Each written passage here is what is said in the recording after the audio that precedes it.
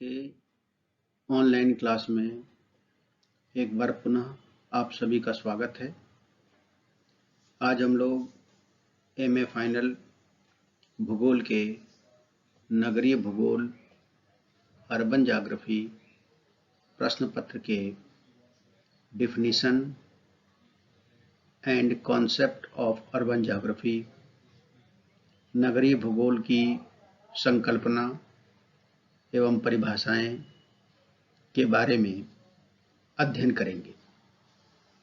पूर्व के नगरीय भूगोल के अध्ययन में हम लोगों ने नगरीय भूगोल की कुछ प्रारंभिक अवधारणाओं के बारे में अध्ययन किया था, जिनमें कुछ परिभाषाएं थीं तथा क्षेत्र विशेष को नगरीय प्रदेशों में वर्गीकृत करने के जो आधारभूत सिद्धांत थे, या भारत में कौन सा क्षेत्र या कौन सा भूभाग नगरीय है, उसको वर्गीकृत करने के आधार क्या हैं के बारे में हम लोगों ने पूर्व के कालांशों में या पूर्व के ऑनलाइन कक्षाओं में अध्ययन किया था। आज हम लोग नगरीय भूगोल की परिभाषा एवं संकल्पना के बारे में अध्ययन करेंगे। आज हम लोग भूगोलवेत्ता नॉर्दम रे एम नॉर्दन के बारे में, या नॉर्दम महोदय ने नगरीय भूगोल की जो विशेषताएं या संकल्पनाएं बताई हैं, उनके बारे में अध्ययन करेंगे। इन्होंने नगरीय भूगोल के अध्ययन को स्थल और मानव के बीच 4 प्रकार से संबंधों के युक्त माना है। तात्पर्य यह है, कोई क्षेत्र या स्थल और मानव के बीच 4 प्रकार के संबंध को नगरीय भूगोल के अध्ययन के अंतर्गत माना है। मानव और स्थल के मध्य के संबंध को, जिसको इन्होंने 4 प्रकार से वर्णित किया है, का अध्ययन नगरीय भूगोल का अध्ययन माना है। इन्होंने इसे एक मॉडल के रूप में दिखाया है, जिसे हम लोग अगले स्लाइड में देखेंगे, के आधार पर नगरीय भूगोल का अध्ययन बताया है। और उन्होंने इस भांति इस नगरीय भूगोल की व्याख्या प्रस्तुत की है। पहला संबंध वह है जो एक स्थल और उसकी जनसंख्या के बीच पाए जाते हैं। निश्चित तौर पे किसी भूभाग के मध्य संबंध उस क्षेत्र में पाई जाने वाली जनसंख्या के साथ अंतर्निहित होती है। स्थल और जनसंख्या का संबंध, और इस प्रकार वह स्थल या क्षेत्र जनसंख्या के वितरण प्रारूप एवं भिन्नताओं से अपना संबंध जोड़ता है। वह स्थल या भूभाग जनसंख्या के वितरण प्रारूप एवं भिन्नताओं से अपना संबंध जोड़ता है। स्थल एवं जनसंख्या के मध्य संबंध। और दूसरा संबंध वह है जो दो विभिन्न स्थलों के बीच पाए जाते हैं। देखिए, पहला संबंध क्या था? भूभाग या स्थल एवं जनसंख्या के मध्य संबंध। और दूसरा संबंध क्या है? दो विभिन्न स्थलों के बीच पाए जाते हैं। कोई भूभाग एक है या कोई स्थलखंड एक है और दूसरा स्थलखंड एक है। और नगरीय बस्ती के ज्यामितीय प्रारूप और स्थानिक दूरी का अध्ययन इसके अंतर्गत आता है। मतलब उस नगरीय बस्ती का विस्तार कितना है, विन्यास कितना है, क्षेत्रफल कितना है, और स्थानिक दूरी, उसकी दूसरे नगरीय बस्ती से दूरी कितनी है का अध्ययन इसके अंतर्गत आता है। इसमें एक प्रकार की बस्तियों के स्थानिक वितरण का अध्ययन किया जाता है, स्पेशियल डिस्ट्रीब्यूशन का अध्ययन किया जाता है। और तीसरा संबंध वह है जो एक से अधिक स्थलों के बीच के लोगों में पाए जाते हैं। तात्पर्य यह है कि इसमें नगरीय केंद्रों की जनसंख्या की आर्थिक विशेषताएं जानने का प्रयास किया जाता है। तात्पर्य यह है कि इस अध्ययन में या तीसरे प्रकार के अध्ययन में या संबंध में एक से अधिक स्थलों के बीच के लोगों में जनसंख्या की आर्थिक विशेषताओं का अध्ययन किया जाता है या आर्थिक विशेषताओं को जानने का प्रयास किया जाता है। विभिन्न प्रकार के नगरीय केंद्रों में रहने वाली जनसंख्या की विशेषताओं में अंतर को पहचानने का प्रयास किया जाता है। देखिए, प्रत्येक नगरीय केंद्र में या प्रत्येक स्थल में रहने वाली जनसंख्या की विशेषताएं भिन्न प्रकार की होती हैं। तो इस प्रकार के या इस अध्ययन में विभिन्न नगरीय केंद्रों में रहने वाली जनसंख्याओं की विशेषताओं के अंतर को स्पष्ट करने का प्रयास किया जाता है। और चौथा संबंध वह है जो एक ही स्थल के भीतर पाए जाते हैं, या इसे हम ऐसे भी कह सकते हैं, एक ही स्थल के लोगों के बीच पाए जाते हैं।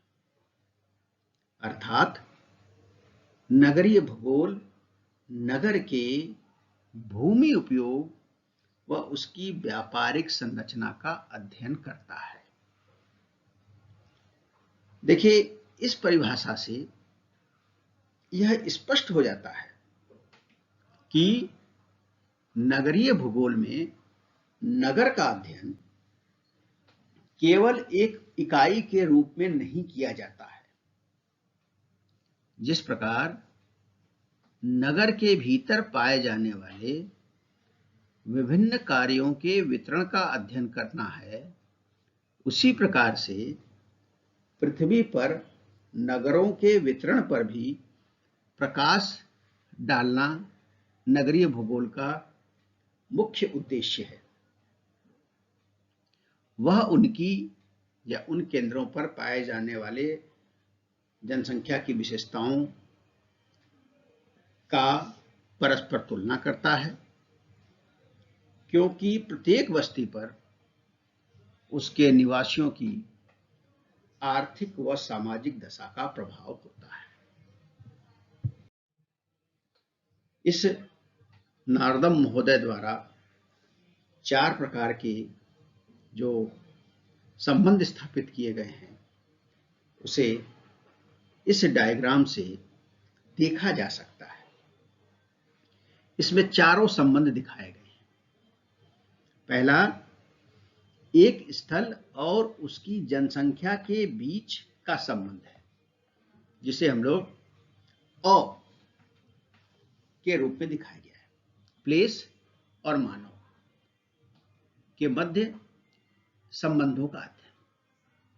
कोई भी नगरीय केंद्र है या नगरीय क्षेत्र है, किसी स्थान विशेष से संबंधित होता है। और हम जानते हैं जनसंख्या भूगोल या नगरीय भूगोल जनसंख्या में मुख्यतः निवासित जनसंख्या का विवेचन प्रस्तुत किया जाता है उस क्षेत्र के संबंध में। स्थल और मानव के मध्य अंतर संबंधों की व्याख्या, विशेषकर नगरीय केंद्र के रूप में। और इसे आप देखेंगे ऊपर के साथ साथ एक तो क्षैतिज संबंध दिखाया गया है, दूसरा कोणीय या डायगोनल संबंध भी दिखाया गया है, स्थल और मानव। देखिए, इस डायग्राम में देखेंगे ऊपर से जो ब्लॉक है स्थल मानव मानव स्थल, दो स्थल दिखाए गए हैं लंबवत रूप में और दो मानव का संबंध दिखाया गया है दाहिनी ओर लंबवत संबंध। तो पहला है स्थल मानव और इसे पहला ही संबंध एक विकर्ण रूप में दिखाया गया है, एक क्षैतिज रूप में दिखाया गया है और फिर नीचे की ओर एक क्षैतिज रूप में दिखाया गया है। और दूसरा स्थल स्थल संबंध, इसे हम लोग ब के रूप में दिखाए हैं। और तीसरा मानव मानव संबंध और चौथा एक स्थल के रूप में ही जो लोगों के बीच पाए जाते हैं संबंध, उनका अध्ययन किया गया। तो ये 4 संबंध हैं। इस संबंध के आधार पर नारथम महोदय ने नगरीय भूगोल की संकल्पना प्रस्तुत करने का प्रयास किया है। इसे एक चित्र के रूप में दिखाया गया, मॉडल के रूप में दिखाया गया। इस मॉडल से पहले 4 संबंध बताए गए, एक स्थल और जनसंख्या के बीच, दूसरा 2 विभिन्न स्थलों के बीच जो संबंध पाया जाता है, और इसमें नगरीय बस्ती के ज्यामितीय प्रारूप और स्थानिक दूरी का अध्ययन किया जाता है। तीसरा एक से अधिक स्थलों के बीच के लोगों में पाए जाते हैं संबंध, उसका किया गया है। और चौथा एक ही स्थल के भीतर पाए जाते हैं, इनका संबंध स्थापित करने का प्रयास किया गया है। ये 4 संबंधों के आधार पर नगरीय भूगोल की संकल्पना प्रस्तुत करने का प्रयास किया गया है। आज के इस ऑनलाइन क्लास में आप लोगों ने बहुत ध्यानपूर्वक हमारे व्याख्यान को सुना। उम्मीद है नगरीय भूगोल की यह संकल्पना जो नार्थन महोदय ने दी है वो आपको स्पष्ट हो गया होगा। शेष या इसके बाद का अध्ययन बाद वाले कालांश में किया जाएगा। हम लोगों ने अब तक नगरीय भूगोल की परिभाषा, विषय वस्तु, क्षेत्र, संकल्पना इत्यादि का अध्ययन कर लिया है। अब आगे के भाग में इन बताए गए संकल्पनाओं के आधार पर नगरीय भूगोल के अन्य एस्पेक्ट का अध्ययन किया जाएगा। तब तक के लिए हम लोग आज अपना अध्ययन यहीं बंद करते हैं। शेष अगले भाग पर। धन्यवाद।